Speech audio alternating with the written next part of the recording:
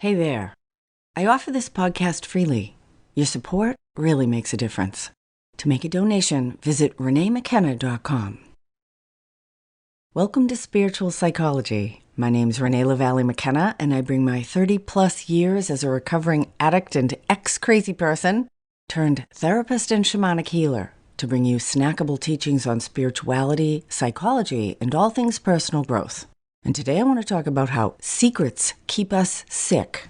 And the idea that we are as sick as our secrets is the shadow aspect of the great spiritual principle that the truth will set us free.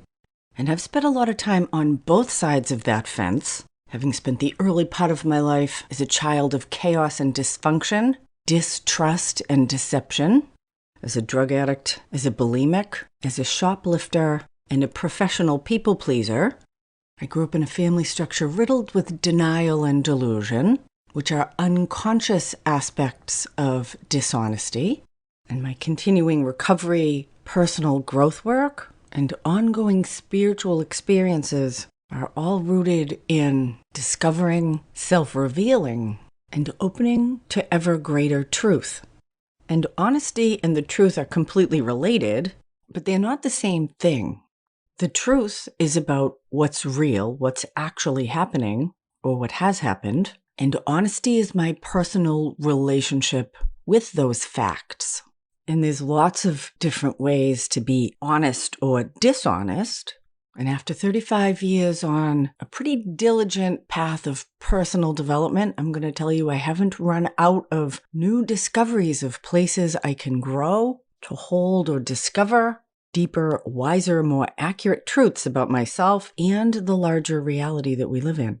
Truth, whether it's a small t or a capital T, is a bit of a mystery. And it's a spiritual principle that's connected with ultimate reality in the larger consciousness system. It's my experience so far that the possibilities of growing in knowledge and awareness of deeper truths is infinite. And as we grow and evolve, our perspectives and our perceptions of what's true change and grow as well. Personal evolution is like walking up a spiral staircase. The view keeps changing with each new step we take. And I encourage my clients and students to look deeply at their own life story. And doing that over and over again as we continue to move up this spiral staircase from these different perspectives is really powerful and informative. That once we become students of the truth in our own lives, the truth is not a stagnant, concrete thing. As we change, mature, and develop, our perspectives change and develop as well. I saw an image recently of the beautiful spiraling ladder-like structure of DNA, the building blocks of life. And as we develop habits of self-examination, practicing honesty, open-mindedness, and willingness to even look or share what we find with others, that could be seen as climbing the ladder of our own DNA in this gentle, spiraling form. And I remember very clearly the first time I sat in a room where people were really telling the truth. It was a Narcotics Anonymous meeting in November of 1987. I'd just come off a pretty intense coke run. I was involved with this really creepy drug dealer who I didn't even know his last name, and he was kind of obsessed with me and just a tiny bit psychotic. I was still involved with my married boyfriend, whose wife had just had somebody else's baby. We were sure of that because he's quite white, blonde, and Polish, and the baby came out adorable, but quite a deep shade of brown. I was drinking pretty much every day and doing as much cocaine as I could manipulate or be present for when it was served, because I couldn't afford to buy it myself. I was about 40 pounds overweight, bloated, bitter, angry, and generally miserable. And I was seriously considering becoming a sex worker because working the 9-to-5 thing wasn't going so good. It's hard to make it to work every day when you're partying every night and having sex with random men that may take you to places far away from your job. And I was getting a little tired of doing that stuff for free, so it seemed like it might be good to get honest and make some money as a prostitute. Just didn't know how to make that transition. But the psycho coke dealer had some connections in that area.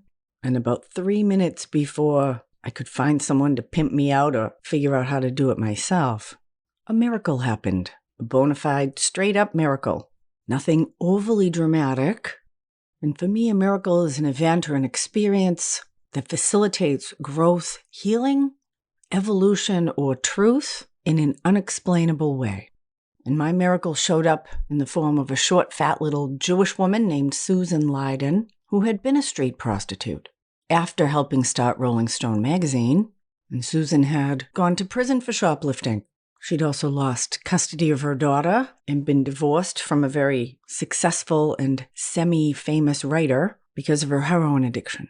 And we worked together for a short time at one of the countless jobs that I was always quitting and cycling through, coming in late or not coming in at all, quitting just before I got fired. And in fact, I had just put in notice at this job we worked together at this little printing company in North Quincy. It still exists, actually. I just looked it up. The Ink Spot. Very nice people. Much nicer than I was at that time. And Susan worked there as a copy editor, and it was her first legitimate job in years. And she was in Boston, living at this intensive women's recovering program called Woman Inc., and she had to finish that year-long program and hold a job in order to stay out of going to prison again. I tell this story in even more detail in the intro to my book, and you can get a free download of that through a link in the show notes if you're interested.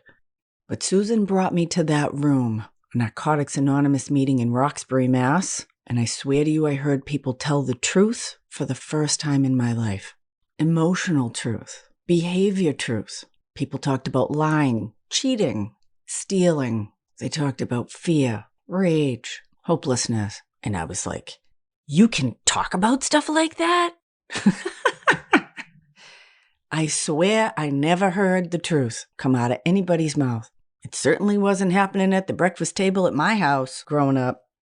In my family, everything was always fine. How are you? Fine. Develop a nice little resume and story to tell people about some idealized self-image of yourself. And the deeper truths were completely unacknowledged.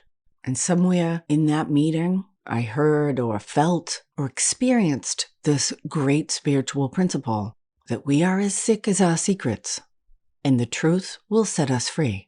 And it completely changed the course of my life. And I haven't been sober since that day, nor have I been perfect by any stretch of the imagination. There is no such thing as perfect.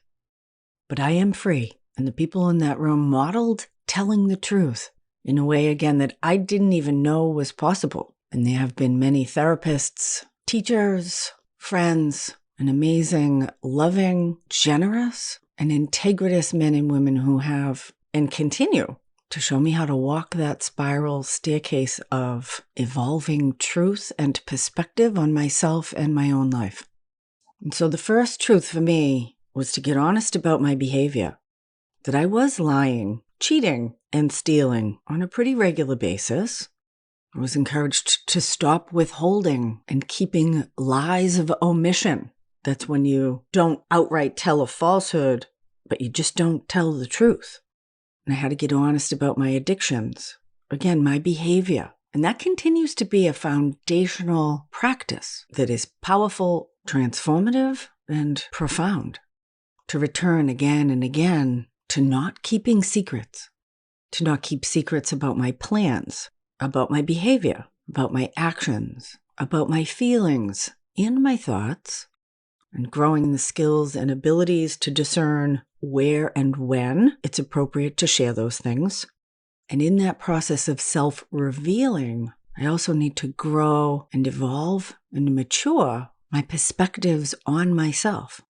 Because if I'm keeping secrets, it's rooted in fear. And when I face my fears, I can grow in faith. And even things I never had hope would change are able to change.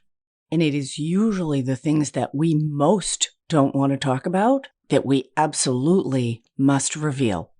And that's why I self-reveal on the level that I do on this podcast and in most areas of my life, because I know that it's helpful to others and it's also helpful to me to affirm my own humanity, to practice the power of deep honesty, and to continue to grow and reevaluate my own perspectives on myself and others. So when we keep things secret, it's like covering an unwashed wound. It putrefies, becomes infected, and has the potential to damage the entire system. And although it's uncomfortable to clean a wound, to get stitches, change the dressings, and ultimately to allow it light and air so it can heal completely, pretending the wound doesn't exist doesn't make it go away. In fact, it usually only makes things worse, because there is a natural healing and evolutionary process that we are all a part of, and being honest, accepting, and sharing our own truth or reality connects us with the flow of life so that that natural evolutionary process can take its course. When we keep secrets or live in denial or delusion, we are withdrawing from the universal flow and disconnecting from the possibility of positive change. And so I encourage you to look at your secrets and consider how to gather the people or the circumstances to be able to share those things in a safe and helpful way. And if you don't think you have any secrets or any places that you're being dishonest in your life, then I'm going to tell you that you aren't looking deep enough, because there's always room to grow. Thank you so much for listening.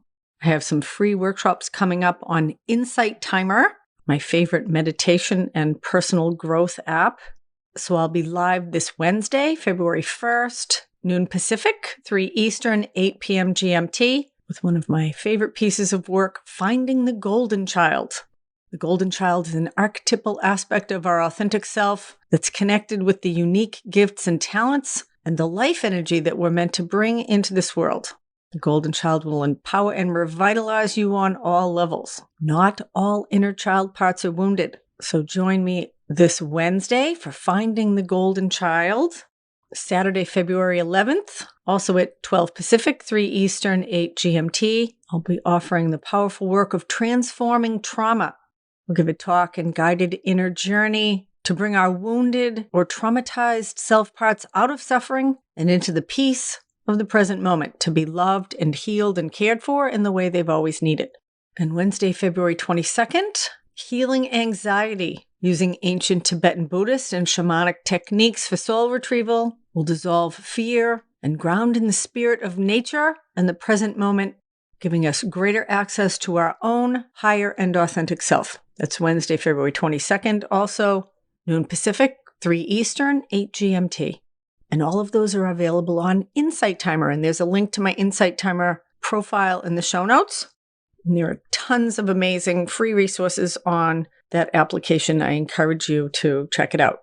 If you'd like to learn more about my mentorship program or find out how a block of spiritual psychology work might benefit you in your life, drop me an email, info@reneemckenna.com. You can check me out on Instagram.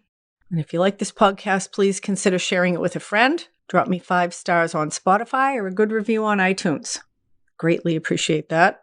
Thanks as always to my generous supporters on Patreon and through this podcast.